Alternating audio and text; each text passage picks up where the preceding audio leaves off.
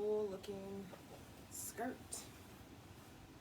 So this is what it looked like before. And it's so simple to make, so hopefully you all can follow this tutorial. So if you got some overalls in your closet, you can see mine has the zipper going all the way down, and the back looks like this.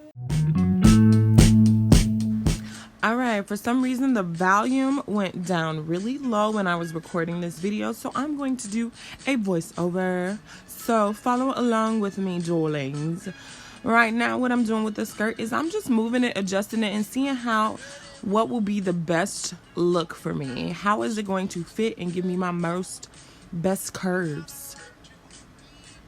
Now, after or off camera, I have pinned the skirt so that it fits my body the way that I like it to fit, so that it looks like a cute mini skirt that is hugging my waistline and my curves, honey, and giving me all the Beyonce curves that I need. You know what I'm saying? Yes. Next, I'm going to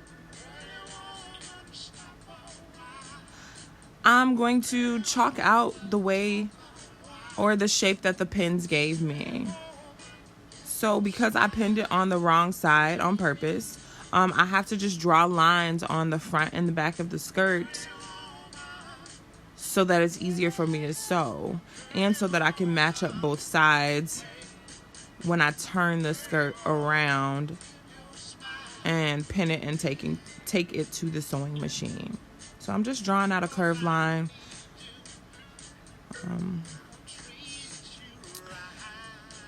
And this, I'm just using the hip curve, or it's not really a hip curve, but it's just a curve that I have, just to make sure that I'm creating the best curve that I can, so that my hips can be matched perfectly. And the shape turns out looking like a crescent moon-ish shape. So I am going to take out the pins now and finish pinning on the opposite side of the skirt so I can take it to the sewing machine off camera, sew it down, and then come back for y'all, okay?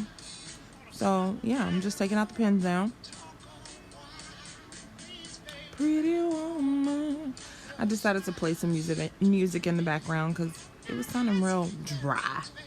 So I'm just showing y'all the shape that it created. Crescent moon-ish. And now I'm turning it over so that I can pin it, match the chalk marks up.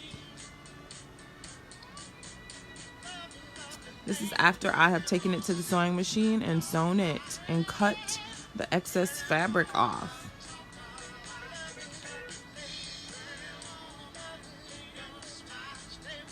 Now I'm trying it on. Ooh, okay, sexy. Give him a little thigh or whatever, you know. Got a little pocket action going on. And now I'm just telling y'all that I could make the skirt a little tighter by zipping it down more, but I didn't, because I like to have a little thigh look a little sexy. And you can see that the sewing line that I did kind of goes into the seam that was already placed there, so it looks really cool. Yeah. It's looking good. It's looking good. So next, I have to just cut off that extra, the back part of the skirt. That was, well, you'll see. I'm just doing a little dance for y'all. Shake a little thump. So I have to cut off that hanging part is what I'm telling y'all. There we go. And I cut it about like an inch and a half past, because I knew I was going to have to fold that part back up to create a seamless look. Well, not seamless, but to create a matching seam, which you'll see in a second. Bam. Move that to the side and fold it. And this is me folding it. So I've already pinned it up, place the pins in there, and then when I turn it around, And now it looks like this. I'm going to take it to the sewing machine off camera again and finish sewing that so that it can look like very neat.